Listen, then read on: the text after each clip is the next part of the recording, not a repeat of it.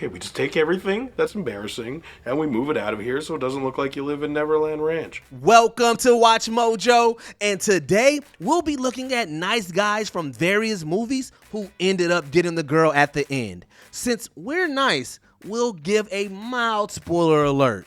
Hey. Hey, what's going on up there? You're getting complaints about a woman crying hysterically? Number 10, Stanley Ipkiss, The Mask. Stanley, you are the nicest guy. Really, you are. Yeah. Charlie, isn't Stanley the nicest guy? The best. Jim Carrey made himself a star by playing Stanley Ipkiss, a socially awkward but sweet man who works at a bank. Stanley is often ridiculed for his insecurity, and he doesn't have many friends as a result. He quickly falls for the gorgeous Tina Carlisle, who visits the bank to scope it out for her gangster boyfriend, Dorian Tyrell. So, what kind of account do you have in mind? Stanley eventually wins over Tina, securing her love with the type of kindness and affection that she never received from Dorian. In the end, Stanley and Tina become romantically involved, with the otherwise meek Stanley attaining a good degree of self-confidence through his time with The Mask. Okay. Number 9, Paulie Bleeker, Juno. Who was the father, Juno? It's Polly Bleeker. This movie came out shortly after Superbad and helped establish Michael Cera's shtick as the timid and softly voiced funny man. Like many of Cera's characters, Paulie Bleeker is shy, quiet, and mild-mannered. He often absorbs Juno's frustration with resigned acceptance, and he remains loyal to her even in the face of her indifference. You have no reason to be mad at me. I mean, you broke my heart. I should be royally ticked off at you. I should be really cheesed off. I shouldn't want to talk to you anymore. Juno isn't sure that she loves Paulie, but Paulie loves Juno with all his heart. He is there for her even when she's playing the tough girl and pretending not to need his comfort. Luckily, Juno eventually learns to open her heart to Paulie, and she admits that she loves him. Paulie obviously reciprocates, and the two enter into a stable relationship. Because you're like the coolest person I've ever met, and you don't even have to try, I try really hard, actually. Number 8, George McFly, Back to the Future. Oh, McFly, your shoes untied! Don't be so gullible, McFly! Okay. I don't want to see you in here again. Okay. All right, bye-bye. This is as much George's movie as it is Marty's. After traveling back to 1955, Marty makes the not-so-surprising realization that his father is an outsider. He doesn't have any friends, he gets mistreated, and he acts much like a stereotypical 50s nerd. Okay, but I don't know what to say. Well, just say anything, George. Say, well, whatever's natural. Well, the first thing that comes into your mind. Nothing's coming to my mind. Jesus, George, it was a wonder I was even born. He pines for the cute and sociable Lorraine Baines, who at first seems way out of his league. But with the help of his own cool son, George becomes more confident and actually begins standing up for himself. He punches Biff and acts in a protective manner at the dance, which eventually wins the heart of his crush. The two marry and live happier lives as a more confident and loving couple.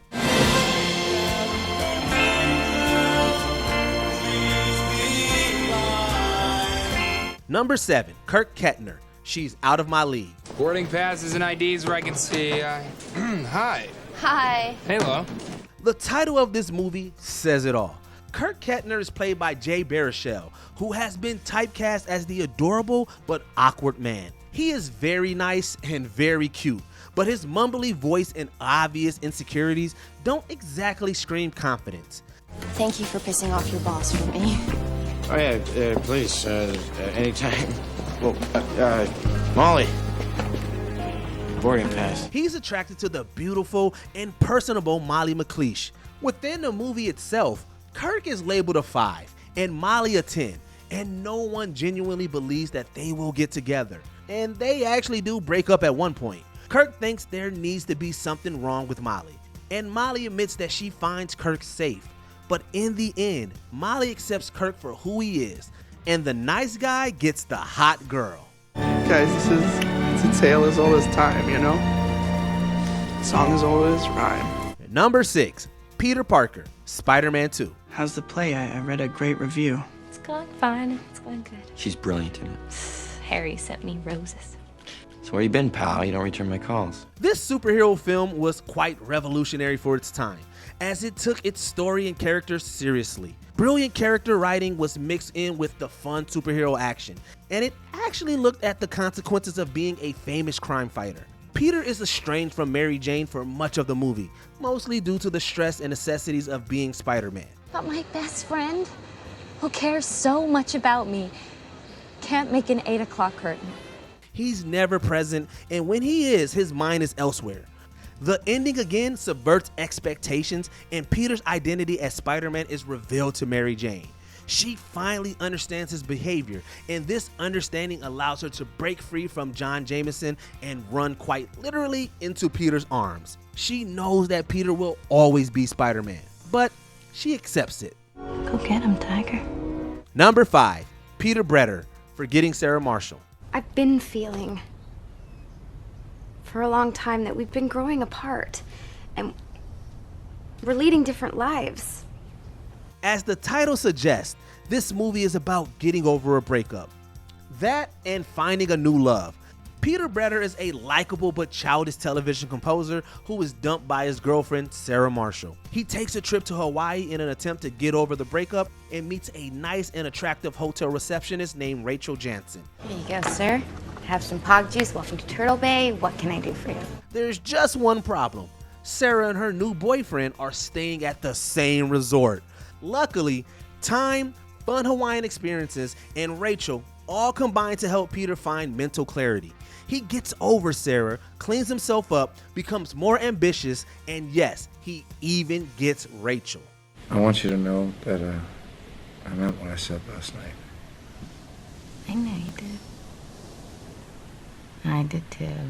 Number 4, Neville Longbottom, Harry Potter franchise. We like to pretend we'd be Harry or Hermione, but we'd probably be Neville. I've read about those. When the smoke turns red, it means you've forgotten something.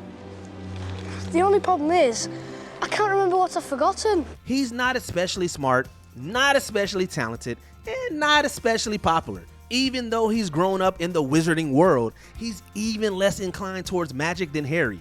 But he's nice, he's friendly, and he discovers a certain sort of heroism throughout the films. It takes a great deal of bravery to stand up to your enemies, but a great deal more to stand up to your friends. I award 10 points to Neville Longbottom. He's the one who stands up to Voldemort in the courtyard, and he's the one who kills Nagini with the sword of Gryffindor. And while it's not made explicitly clear in the films, Neville also gets the girl. He eventually becomes herbology professor at Hogwarts and marries a fellow Dumbledore's army member named Hannah Abbott. How adorable is that? They didn't die in vain.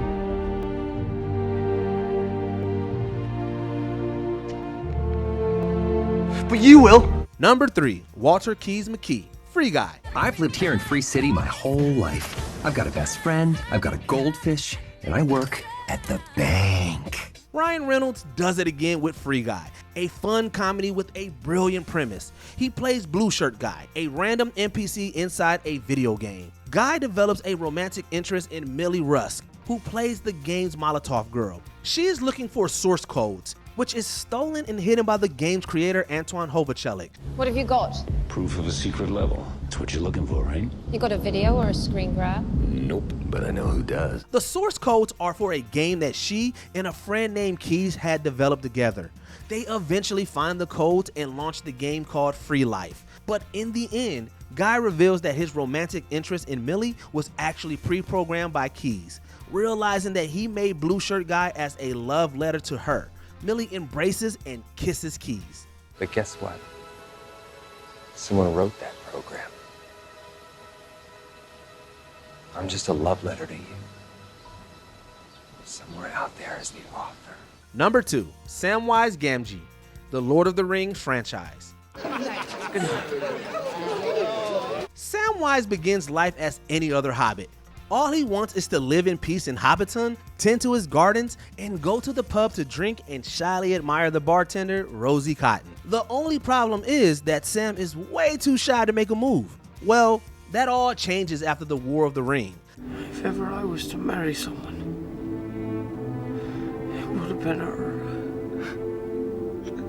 It would have been her. Sam safely returns home and realizes that approaching Rosie is nothing compared to facing down Gollum, ring wraiths, giant spiders, and the forces of Mordor. After taking a drink to ease his nerves, he approaches Rosie and finally makes his move.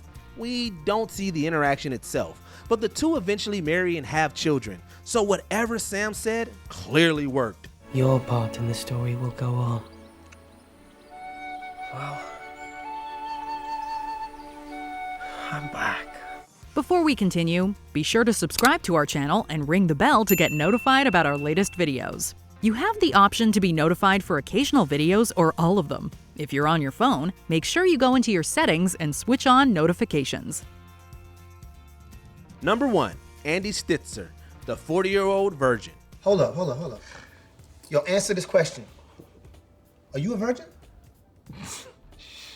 Are you a virgin? While Andy Stitzer is 40 years old, the 40-year-old virgin serves as the perfect coming-of-age comedy. Andy is portrayed as a man-child. He spends his nights alone in his apartment reading comics, painting figurines, playing video games, and doing karaoke by himself.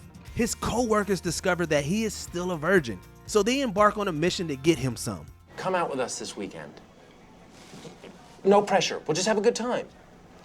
Okay, yeah, I will.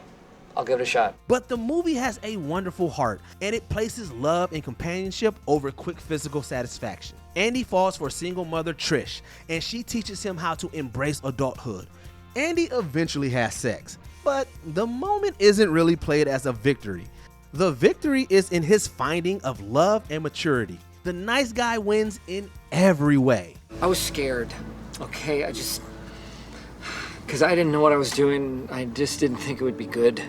Of course it'll be good. We love each other. Which of these stories do you find the most uplifting? Let us know in the comments down below. Well, Marty, I want to thank you for all your good advice. I'll never forget it. Did you enjoy this video? Check out these other clips from WatchMojo, and be sure to subscribe and ring the bell to be notified about our latest videos.